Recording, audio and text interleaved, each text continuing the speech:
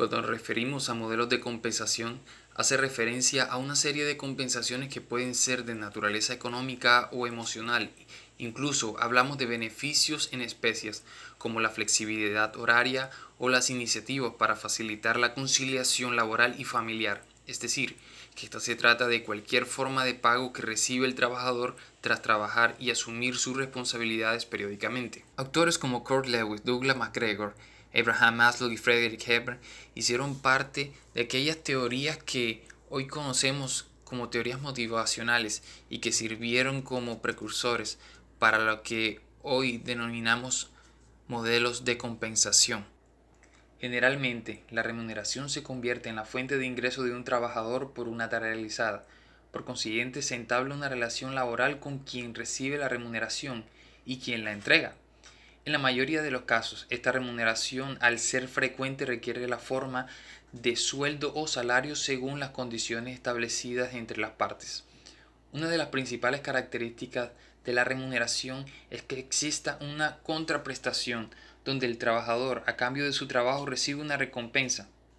De otra parte, la remuneración deben de ser pecuniarias. Esto quiere decir que dicha remuneración percibida por el trabajador debe ser constituida por dinero o por cualquier otro medio de pago en especie que sea representativo en dinero. A lo largo del tiempo, las personas han entrado a jugar un papel importante dentro de las organizaciones, puesto que son ellas y su trabajo quienes mantienen viva la organización. De allí sus esfuerzos tanto físicos como intelectuales cobran un valor invaluable en la misma. Es por esta razón que los empresarios se deben preocupar por crear estrategias de retención que permitan la continuidad de sus empleados o colaboradores dentro de las organizaciones y así cumplir con el logro de sus objetivos. Por tanto, los trabajadores crean la necesidad de ser recompensados por sus labores a través de reconocimientos, bien sean económicos o bienestar. La compensación es una relación de intercambio o retribución del trabajo, que pueden ser o no de carácter financiero.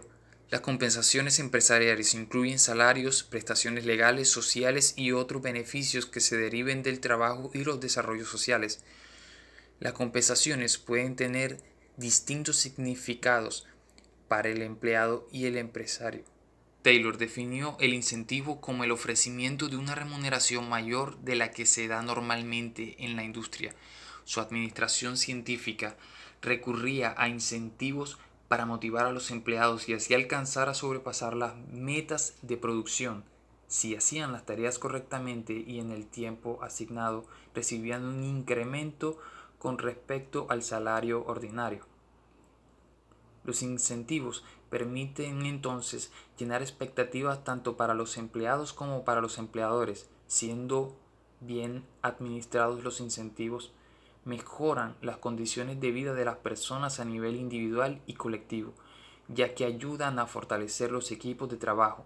De esta manera las organizaciones se arriesgan a invertir en aquellos factores motivadores que conlleven al cumplimiento de sus metas.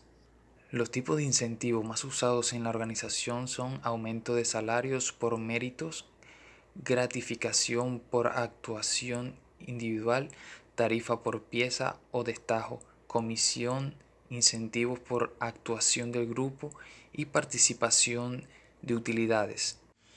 La expresión aumento salarial se refiere al incremento de elevación de términos absolutos o porcentuales de las cantidades salariales anteriormente consolidadas.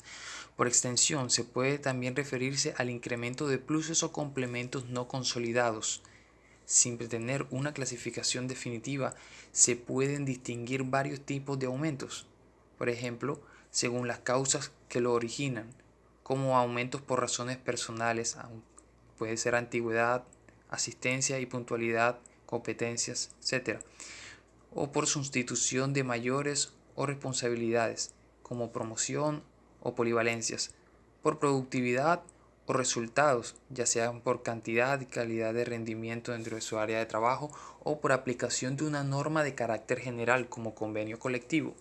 También pueden ser según el procedimiento de distribución, aumento salarial promocional, aplicación de un mismo porcentaje en aumentos a los niveles de clasificación. En este caso, el abanico salarial permanece intacto.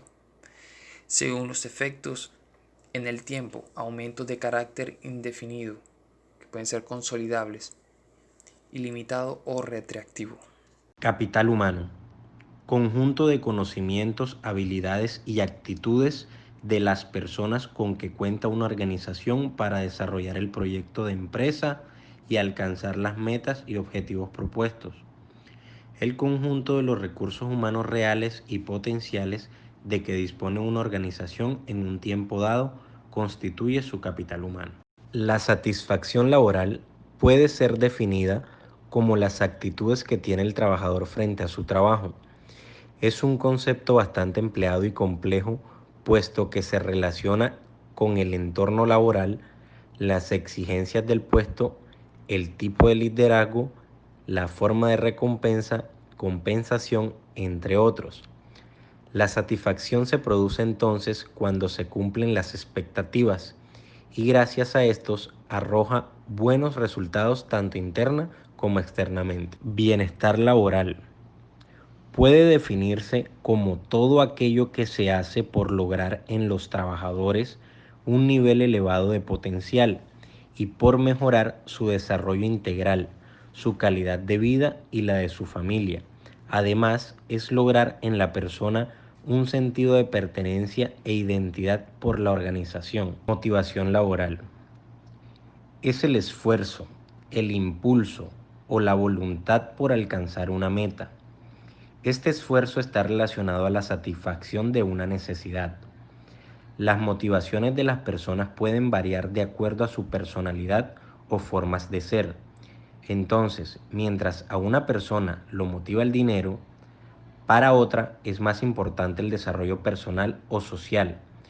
Por esta razón, pueden producirse desmotivaciones al interior de las organizaciones cuando no existen sistemas de compensación adecuados e integrales que estimulen en la persona esta motivación por su trabajo. Equidad laboral. La equidad se refiere al pago según los resultados. El trabajador coloca unos insumos físicos, psicológicos, etc., para el desarrollo de su función y para el cumplimiento de objetivos, y a su vez espera recibir la retribución justa por esto, comparándola y dándole un valor justo o no de acuerdo a lo que sus pares reciben. De aquí nace entonces la teoría de la equidad creada por John Stacey Adams en 1963, que plantea una relación entre lo que se aporta al trabajo, los resultados, comparado con lo que otros reciben. Es decir, se tiene un referente para saber si existe o no la equidad. Ahora hablaremos del marco legal del salario. Este llamado sueldo, soldada o estipendio es la suma de dinero que recibe de forma periódica un trabajador de su empleador por un tiempo de trabajo determinado o por la realización de una tarea específica o fabricación de un producto determinado. El pago puede ser mensual, semanal o diario, y este último caso recibe el nombre de jornal del término jornada. Legalmente se considera salario a la totalidad de las percepciones económicas de los trabajadores, ya sea en dinero o en especie, por la prestación profesional de los servicios laborales por cuenta ajena. Ya retribuyan este trabajo efectivo, cualquiera que sea la forma de remuneración o los periodos de descanso computables como de trabajo. El salario no solo retribuye el trabajo efectivo, sino también los periodos de descanso computables como de trabajo, descanso semanal, fiestas laborales, permisos retribuidos y vacaciones anuales. Dentro de los pagos laborales podemos decir que estos se clasifican de acuerdo a distintos criterios, por la capacidad adquisitiva, capacidad satisfactoria, límite por quien produce el trabajo y por la forma de pago. Este no es más que aquella devengación que persigue un trabajador a cambio del trabajo o tiempo cedido a favor de una empresa o de un patrono. Cabe destacar también la clasificación de los salarios. Por el medio de pago utilizado encontramos lo que es la moneda, especie, mixto. Por la capacidad adquisitiva encontramos la nominal y la real. Capacidad satisfactoria encontramos la individual y la familiar. Encontramos límite, el mínimo y el máximo. Por quien produce el trabajo de forma individual o grupal y por la forma de pago de tiempo o por obra. Dentro de los pagos laborales que no tienen carácter salarial, podemos decir que no constituyen salario las sumas que ocasionalmente y por mera liberalidad recibe el trabajador del empleador, como primas, bonificaciones o gratificaciones ocasionales, participación de utilidades, excedente de las empresas de economía solidaria y lo que recibe en dinero o en especie, no para su beneficio, ni para enriquecer su patrimonio, sino para desempeñar a cabalidad sus funciones, como gasto de representación, medios de transporte, elementos de trabajo y otros semejantes. Según la evolución jurisprudencial, esta coincide de esta corporación y de la Corte Suprema de Justicia, que requiere que exista una relación laboral, que la suma recibida corresponda a la contraprestación que el empleador debe al trabajar, no solo por la prestación de sus servicios, sino por el hecho de ponerse bajo la permanente subordinación del primero, que no corresponda a una gratuidad o mera liberalidad del empleador y que además no sea habitual, que constituya un ingreso personal del trabajador y por tanto que no corresponda a lo que éste recibe en dinero o en especie para desempeñar a cabalidad las funciones encomendadas por el empleador. Dentro de las compensaciones empresariales, encontramos que esta forma parte de la gestión y la estrategia de los recursos humanos. Esta estudia los principios y técnicas para lograr que la compensación total que percibe el trabajador por su trabajo sea la adecuada. La compensación, sueldos, salarios, prestaciones, es la gratificación que los empleados reciben a cambio de su labor. Es el elemento que permite a la empresa atraer y retener los recursos humanos que necesita y al empleado satisfacer sus necesidades materiales. Se relacionan los parámetros que rigen un plan de compensación flexible por beneficios de acuerdo a la normatividad laboral y tributaria en Colombia. Para los beneficios se definen los pagos que hace la empresa al trabajador o empleado, si cumplen la condición de ser pagos indirectos, no constitutivos de salario, hechos por el empleador a terceras personas para la adquisición de bienes o servicios para el trabajador y su familia.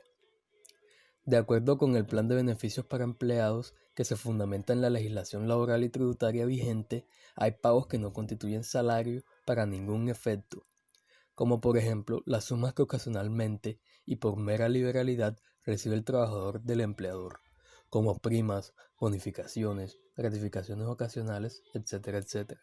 Tampoco lo que el trabajador recibe en dinero o en especie, no para su beneficio ni para enriquecer su patrimonio, sino para desempeñar a cabalidad sus funciones como gastos de representación, medios de transporte, elementos de trabajo y otros que se le asemejen. Tampoco las prestaciones sociales que tratan los títulos 8 y 9 del Código Sustantivo de Trabajo, ni por supuesto los beneficios o auxilios habituales u ocasionales acordados convencional o contractualmente de forma extralegal por el empleador. Los beneficios son de la misma naturaleza que las prestaciones sociales, que por obligación legal debe ofrecer el empleador al trabajador. Solo que en el caso de los beneficios, la obligación está dada por el acuerdo contractual o convencional ya mencionado. En consecuencia, tenemos entre otros los servicios de salud, de alimentación, de vivienda, de educación, de transporte y comunicaciones, de pensión complementaria para la vejez, entre otros beneficios. Dicho esto, el Código Sustantivo del Trabajo en el artículo 132 consagra la libertad de formas y de estipulación para que las partes de la relación laboral, es decir, el empleador y el trabajador, puedan de manera libre pactar las condiciones salariales que regirán su contrato. Entre otras cosas, por ejemplo, pactar nuevos salarios y pactar modalidades salariales que deseen, entre otras opciones para libertad de estipular el salario, siempre y cuando se cumplan los límites de la autonomía de las partes